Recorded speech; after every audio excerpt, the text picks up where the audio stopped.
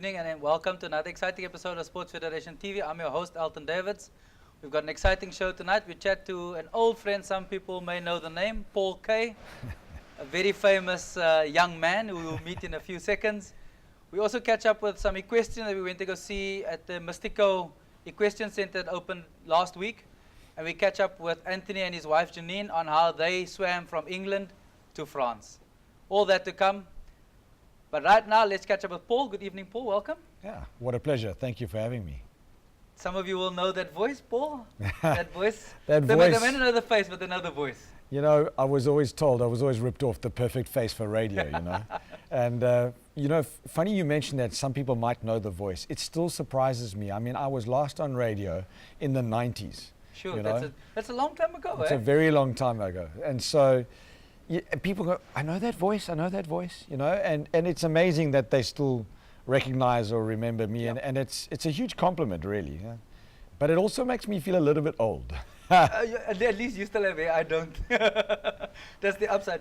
Paul, so where have you been? What's happened since your days of radio? I mean, you've moved on from there. Yeah, well, from Good Hope FM, I briefly went to P4, which is now called Heart. I'm passionate about jazz, and it was really fun to go there and do a Sunday night special show just about jazz. That was very brief. And then from that, I had a tiny stint in the software industry. Loved the industry, as in loved working with the genius of the man I worked with.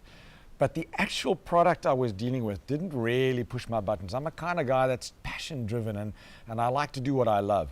And that's what we all strive for, really, but it's not possible for a lot. So I'm very privileged. So I did that for a brief while, and then I went into sports properly. You know, at Good Hope FM, I did a bit of sports announcing, but I went into sports properly as the publisher of Runner's World and Bicycling magazines. And I did that for 6 years. And then I thought I'd try my hand at digital publishing. And I did that for a while, but that was in a game called Moerensuk, golf. And that didn't quite work for me because I mean, you know, when I play golf, I get the best value for shots played because I play a lot of shots. So, you know, rand per shot, I'm probably the cheapest golf player in the world. And your handicap is golf, not a number. You know, they say golf is a beautiful walk in the park ruined. Yeah, I know how to ruin it, trust me.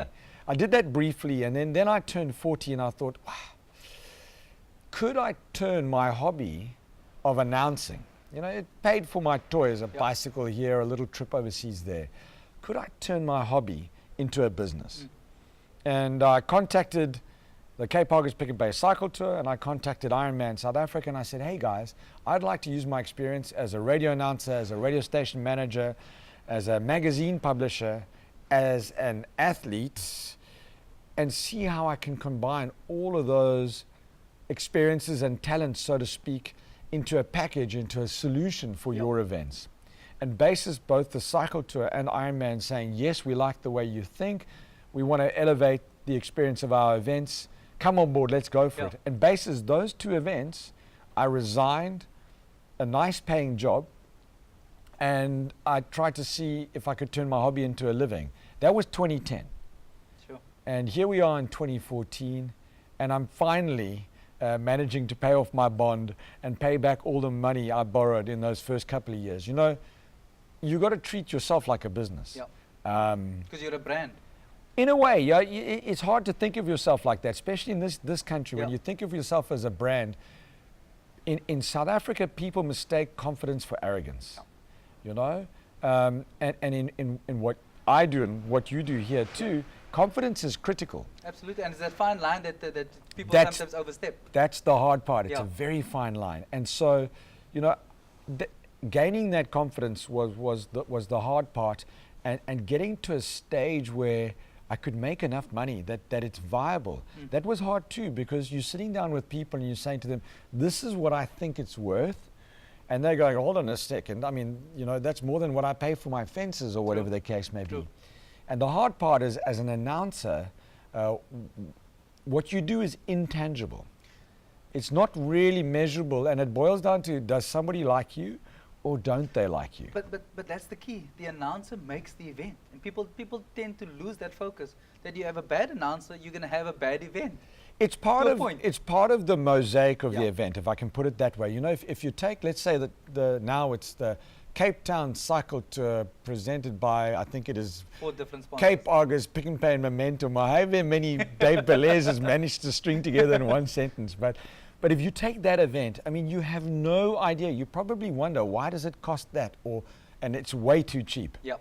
I mean, it should be more expensive than the New York Marathon, really. It should be. But the amount of infrastructure it goes into. you know, and then people moan about the bar one if it's maybe stale in the goodie bag. I mean, it drives me mad. You have no idea what it takes to make that event happen. Yep. And the announcer is part of the athlete experience, but the experience is largely a subconscious one. It's something where you just feel good or you feel bad, but you don't really know why. True. You know? Yeah. And so there are some events that realize the importance of good music, a good announcer, a really high-level professional show, Yeah. as much as an event. And so what I did was I went to the big events in South Africa and I said, guys, I think you're awesome at where the portaloo needs to be and how many sheets of toilet paper need to be in that that portaloo, because we have so many people doing the race, and you know exactly where to put the fences and on which corner the hay bales or whatever the case may be. I said, but I don't think you are truly catering to the athlete experience and treating yourselves as a brand. The events need to treat themselves as a brand. It's the athlete experience. And being a top class athlete yourself, you know what it's like. Listen, You know, the no. top class athlete. Listen, Let's just leave it at that. I will gladly say publicly, let's not be vindicated here, publicly that I'm a triathlete. Yep. TRY hyphen athlete. I love sport, like you, passionate, you know. And that's something, if we can digress briefly, having just come back from Europe now, that's something that I'm reminded of whilst I'm at the Wines to Wales, where we were doing some work this weekend, is South Africa's unique in that. We have quite a small, let's take rugby, soccer, cricket out of it. We have quite a small elite professional field. We've got, in cycling terms, no commuters really. We're trying to build that. But we've got this huge base of fun riders.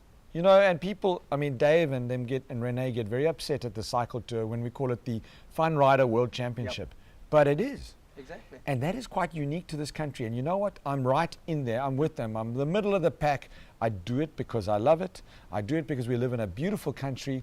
And I like to be fit, you know. And in this country, it's, you know, why would you not want to go out and ride your bike or go for a run or go for a swim or paddle your surf ski or your canoe or jump off a mountain or whatever it is we do? The country's perfect for it. Absolutely. But it's about that sense of achievement more than anything else. You don't have to win it.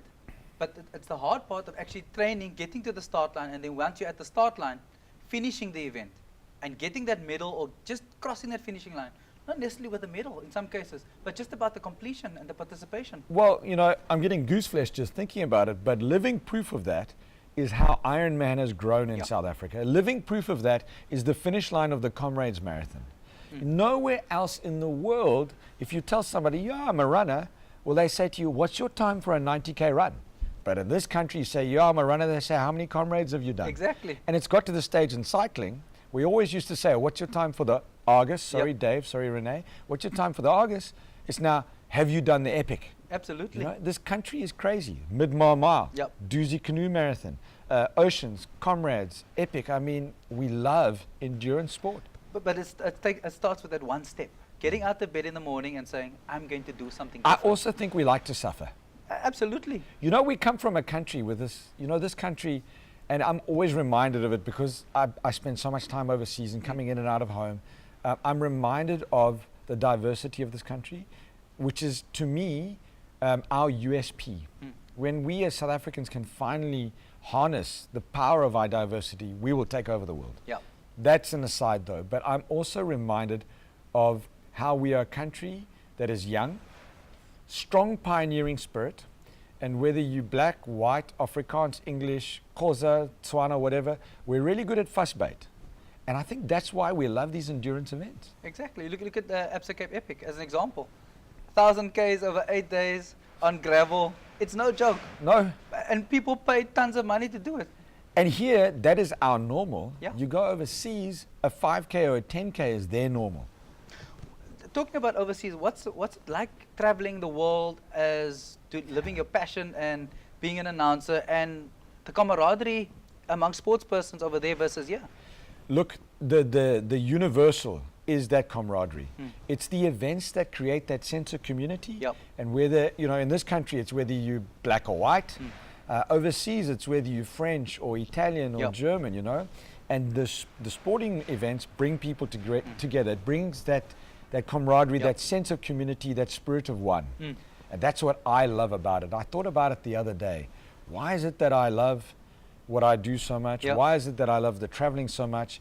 It's because everywhere I go, and this year it was 22 different events Wow. overseas. Wow. Mostly in Europe, one in the United States. And the common denominator is that sense of community. The common denominator is that in that moment we are one. And in a crazy way, you know, the world seems to be going mad around us. And I don't know whether the world is going mad or because social media makes it so easy to see what's happening in the world. Yep. But in these moments of oneness, it gives you hope again about the human race. You realize Absolutely. we are okay. We are good people. We can make a difference. We can do great things, you know. And so that's what I love about the traveling. That's what I love about meeting all the different cultures. And also looking back, I've realized that being South African is one of the key factors in my success overseas because I am multicultural. And I fit in really easy with any culture, any language, you know, poor, wealthy, it doesn't matter. You know, we are used to diversity in this country, and that is one of our key strengths as South Africans. And you find that being a South African helps you in what you do as an announcer?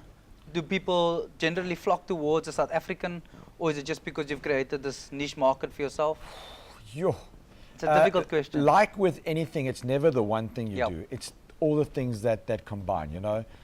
I talk about the spectators at an event. The spectators, I always tell them that they are the secret ingredient in the recipe of success for the athletes. But I think being a South African is also one of the key ingredients in my success that Yep. I'm experiencing because South Africans are very good at fitting in. I think maybe we're slightly chameleon-like. We're good at adapting Yep. to any environment. I think in my case specifically, my South African English accent is a huge bonus because it's not heavily accented. You know, the American accent is a strong accent. Yep. The English accent is a strong accent. The Aussie and the Kiwi accents are very strong accents. And so I work in European environments other than in the United Kingdom. Yep. They're non-English speaking and I announce in English. And the French and the Spanish and the Italians will come to me and say, oh, thank you, you know, you speak clearly. Yeah. You've got no accent, we can understand you. And without me realizing it, well, that's been one of the keys to my success. For sure. Paul, let's take a short ad break, and when we come back, we'll catch up with Paul. We're chatting about careers in sport. See you now. This is Sports Federation TV. We're chatting to Paul Kaye about his career in sport, because that's what life is about. It's not only about being an athlete, but there's many aspects to sport that generates an income, and we're gonna, over the next couple of weeks, start exploring different avenues of income generation for you as an athlete or as an individual who want to grow and has a passion for sport.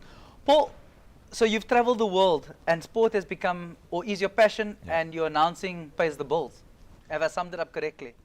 In very simple terms, if you want to label it as a job, and a lot of people don't think I work. I mean, they think it's a permanent holiday. And I'm glad that they think Sorry, that. by your Facebook it does look that way sometimes, eh? Well, I'm very selective by what I put on Facebook. But, you know, it is a job.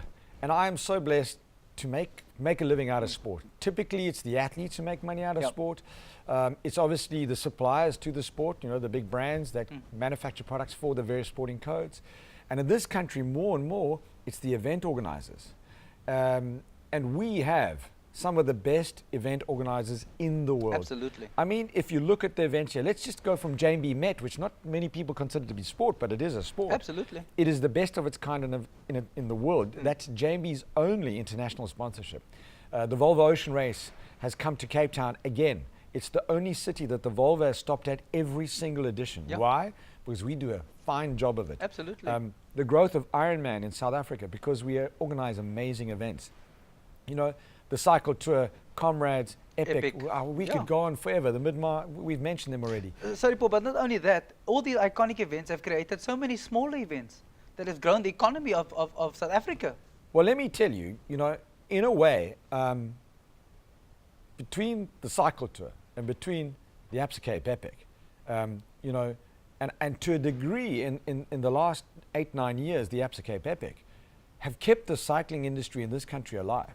We've been through a recession in 08, a recession in 12, but yet the cycling industry has continued to boom, and has continued to boom because of mountain biking. Because you and I both know, other than in the Western Cape, riding a bike on the road is a challenge. For sure. And the cycling industry is still healthy because of mountain biking. And because of the aspiration to do the Cape Epic, we've got a lot of other events that have formed underneath it. Wines to Wales, Sani to Sea, to name Attakwas, Garden Route 300. All these events are lucky to be alive because of the Cape Epic, for example. Exactly. And so it's kept the industry alive. It's given us events to participate in, to stay nice and fit and healthy. It gives us an excuse to lie to our wife about how much money we spent on the new Let's bicycle. not even go there. Let's not even go into that avenue. And it's given me platforms to make a living. For sure. When I set out to turn my hobby into a living, it was quite clear to me that what I needed to do was to work at premium events, globally recognized premium events. And I was so lucky I could do that in my hometown, For sure. in my own country. I did not need to go overseas. And it's because of those events that I managed to find work overseas, because I decided to specialize. I decided to specialize in swim, bike and run, which is triathlon predominantly. But because of swimming, biking and running as specific codes, I can work in those individual codes as well. Because you know those codes intimately. I because you understand the participated. sport, I understand the athletes, I participate in the sports, and it helps to understand the pain they're going through to bring that alive to the spectator, so that the spectator is emotionally involved. Because when the spectator is emotionally involved, they create an atmosphere of celebration for the athlete, which helps the athlete through the event and helps them feel that sense of achievement when they've finished. So that's my job, really. It's about engaging people. And so I managed to do that locally at premium events that got me recognized to do it internationally, because my events are summer sports. And hey, once the Comrades Marathon was over in South Africa, I was going, what's next? How are we going to pay for dinner, you know?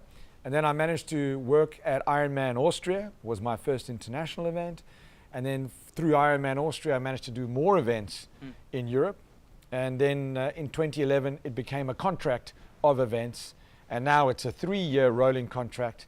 And this year, for the very first time, I'm very proud to say, the first non-American to announce the Ironman World Championship in Kona, Hawaii, which in the sport of triathlon, that's really the birth of triathlon, and it is the pinnacle of triathlon. And for me to announce in Hawaii, well, that was the goal I set myself. When my wife said to me, so what are you going to do?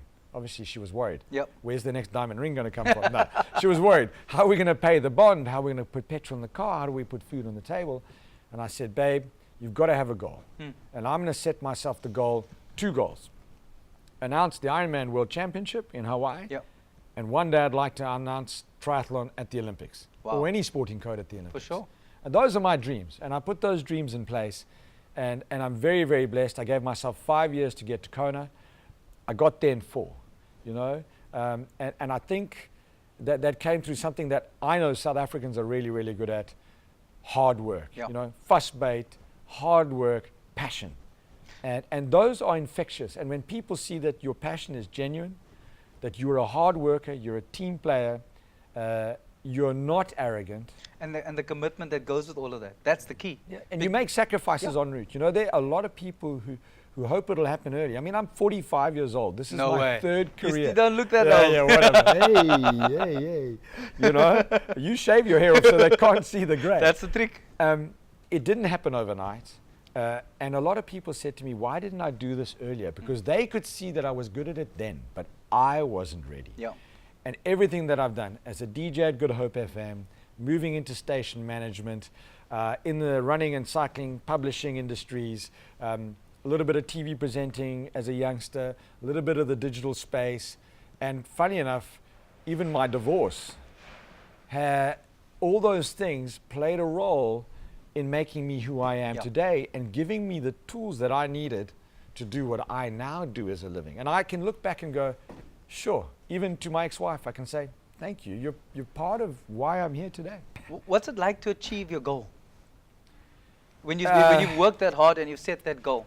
It's taken me a while to kind of register that, you know. It's like when you get married, you know, it takes you a while to, I'm married, you know. Yeah. It takes a while to sink in, and it's just motivated me even more.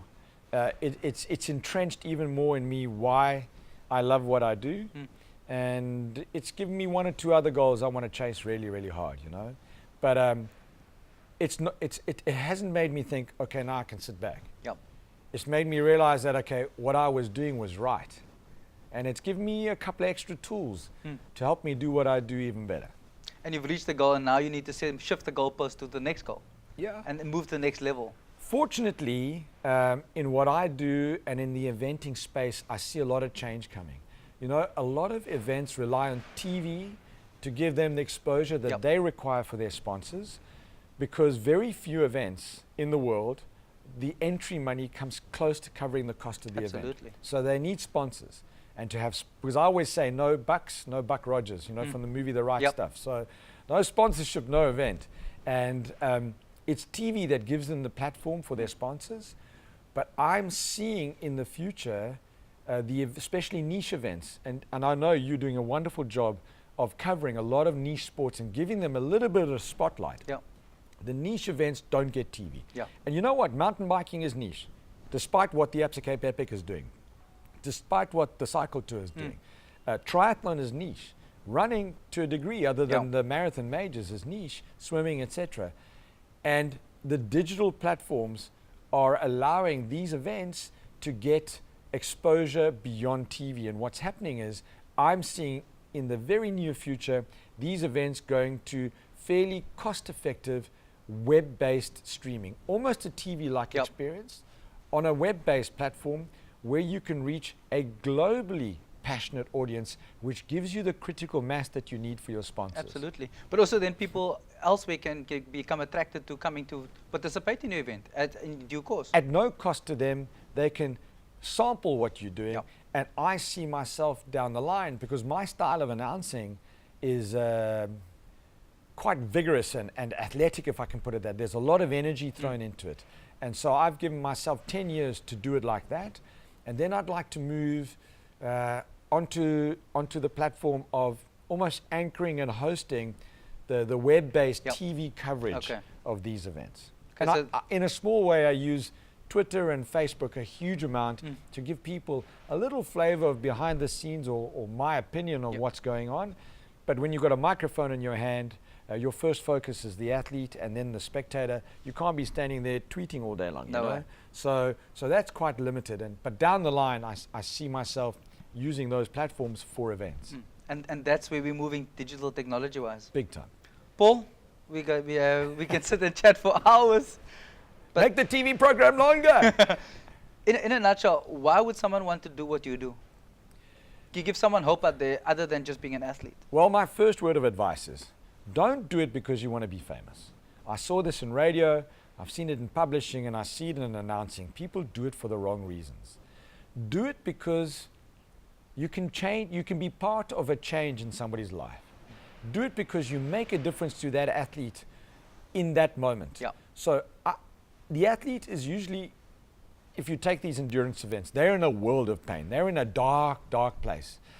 You know, they're not going to acknowledge you, but you need to know that what you're doing, you're helping them out of that deep, dark hole, and you're helping them to their finish line, which is their Olympics or their World Championship, you know, and you're helping them change their lives. So do it for that reason. Do it because you're making a difference in somebody else's life. Absolutely. Paul, one day when I'm big, I'm going to be like you. You got here first, buddy. Thanks for your time.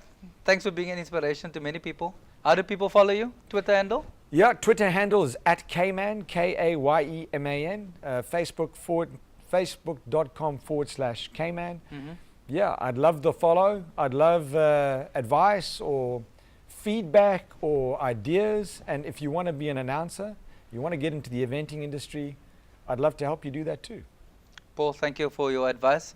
Thank you for coming on and chatting about what you do and all the great changes that you make in people's lives. from not only in Cape Town but all across the world. You're an inspiration to many of us. Thank you. Thank you, Elton. Let's take a short ad break.